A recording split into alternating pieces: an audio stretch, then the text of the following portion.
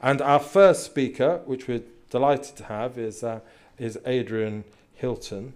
Adrian is probably familiar to many of you for his knowledge of the education sector. He's been steeped in education for a while. He's presently in the Department of Education at the University of Oxford, where he's looking into the government's flagship policy of free schools. But today his focus is on the European Union. And Adrian, we really look forward to hearing what you've got to share with us. Thank you.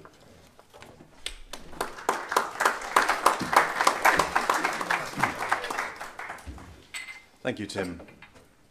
It was the Danish theologian and philosopher Søren Kierkegaard who observed that life can only be understood backwards, but it must be lived forwards.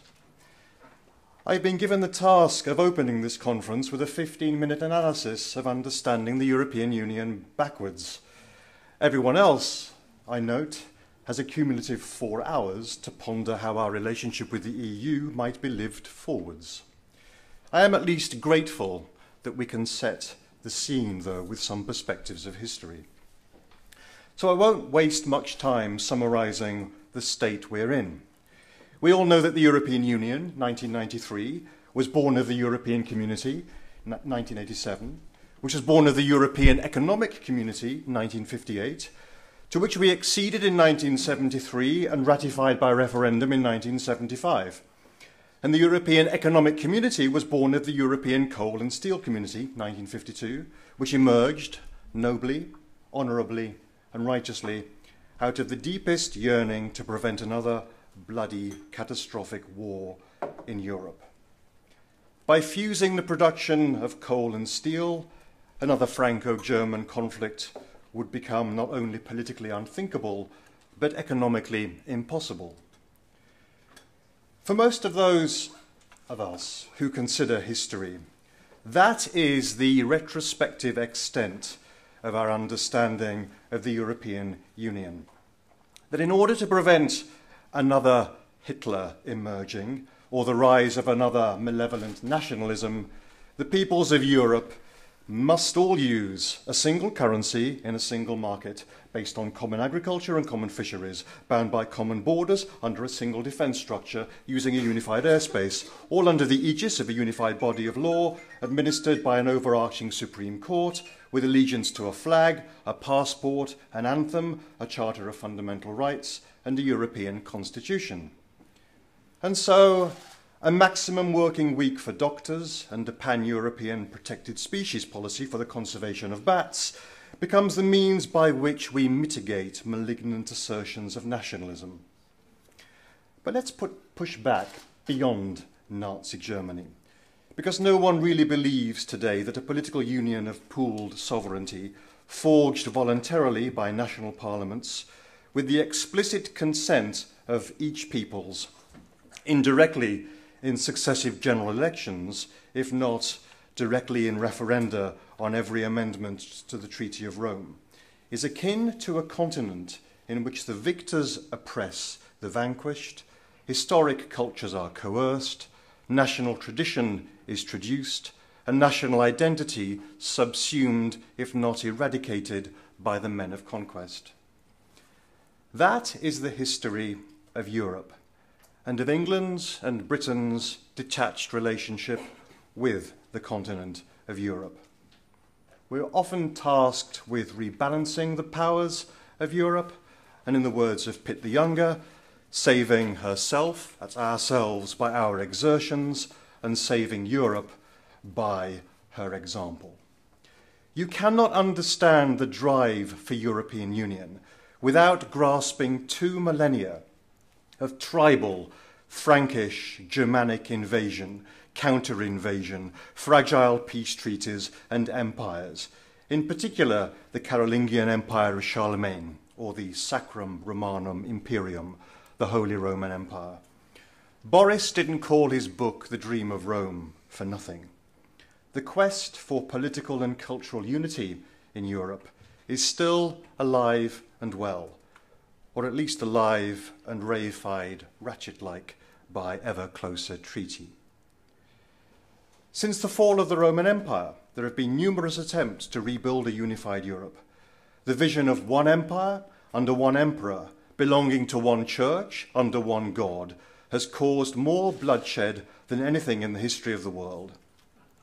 The modern successors of the Roman Caesars are intent on constructing a new empire, perceiving, as they do, the borders of the nation state to be at best artificial constructs of modernity, at worst the harbingers of menacing nationalism. Churchill was convinced that the primary building block had to be a new partnership between France and Germany, the recreation of the old empire of Charlemagne. That was an essential cornerstone of peace in post-war Europe. And each year now the elite pay homage at his tomb in Aachen and bestow the exalted Charlemagne Prize on those who have been deemed to have contributed most to the cause of ever closer union. Yes, to Churchill, but also to Gasperi, Monet, Adenauer, Schuman, Heath, Blair, Merkel, Van Rompuy. They've even awarded the Charlemagne Prize to the European Commission and to the Euro. Few now bother to reflect on the reality of Charlemagne's bloody conquests throughout the continent. We prefer to believe in the unforced brotherhood, the myth of elective fraternity. If we were to interview in history any of those 4,500 Saxons who were massacred by Charlemagne in Verden, now Lower Saxony, in the year 782, they might just wonder why we are honouring a monster who committed appalling ethnic cleansing and some horrific war crimes. But history is a marvellous eraser of wrongs and a redactor of truth. Her multiple primary source certainties and secondary source clarifications can be illuminated, rose-tinted, selective, or completely blind. Throughout our morally troubled 1960s and industrially fractious 1970s, decades in which the United Kingdom seemed to lurch from foreign policy catastrophes, east of Suez, to industrial strife, high inflation, interminable strikes, economic meltdown, I can understand that sick man of Europe perspective of history, which views the attempts of Harold Macmillan and Ted Heath to jump on the bandwagon of pro-Europeanism as noble pursuits. And so in January 1960, I can understand why Britain told the Consultative Assembly of the Council of Europe that we had made a mistake in not joining the ECSC. Harold Macmillan told Parliament in July 1961 that we should apply to become a member of the EEC. De Gaulle vetoed that in 1963, mainly over our decision to accept American Polaris missiles. Even then, de Gaulle's dream was of a single European defence, independent of the United States of America.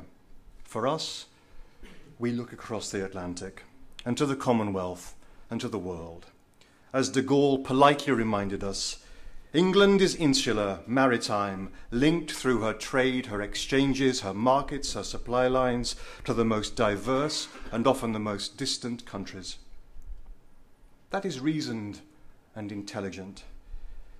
De Gaulle vetoed our application again in 1967.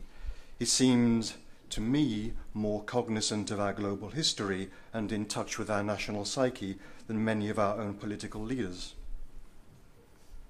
But our analysis of Britain's relationship with the European Union seems to rely on Manichaean polarities. There is right and wrong, good and evil. If you are not for us, you are against us. And so, on the one hand, we were warned by Labour leader Hugh Gaitskell in 1962 that accession to the EEC would mean, I quote, the end of Britain as an independent European state, the end of 1,000 years of history. But then, later we were reassured by Conservative leader Ted Heath in 1971, there is no question of any erosion of essential national sovereignty. Now, we may argue now, in retrospect, about the Dycean doctrine of sovereignty, or cavil over what he meant by essential. But when asked directly 20 years later by Peter Sissons on BBC Question Time whether the single currency, the United States of Europe, was in your mind when you took Britain in, Heath replied, of course, yes. His duplicity was politically justifiable native pragmatism. The problem with Britain's relationship with the EEC, EC, EU is that there has long been the suspicion, if not the justifiable perception, that Parliament has proceeded not only by cross-party stealth, but by procedural machination and political deception. There is in this drive a degree of divine right, a sense that on the 8th day God created Europe. Indeed, when the EU leaders agreed that the single currency would be called the euro, the Spanish finance minister of the day, Pedro Solbes, made a play on Jesus' words to the Apostle Peter about building his church. He said, "Thou art euro, and upon this euro will I build Europe." It is as if the EU is built upon a rock. England abolished notions of governance by divine right in 1689. Now, in an era of openness, accountability, devolution, and freedom of information, it's strange that we are being sucked back into the antitheses of secrecy, bureaucracy, unaccountability, centralization, and control, which we spent 3 centuries eradicating. In England first, and then in the United Kingdom, we have historically eschewed such autocratic notions of governance. Charles James Fox, in the 18th century, probably one of our greatest parliamentarians, in speaking about absolute powers of monarchy and divine right, said, "Is this enlightened country, which has so often struggled against every species of undue influence, to revert to those Gothic ages when princes were tyrants, ministers minions, and government intriguing?" This conference today, I hope, will open our eyes to an alternative. As I began with Søren Kierkegaard, so will I end. He also observed, "The most painful state of being is remembering the future, particularly the one you'll never have." I'm thankful that today we might remember a spectacular future of peace, prosperity, and liberty that lies distinctly within our grasp. Thank you.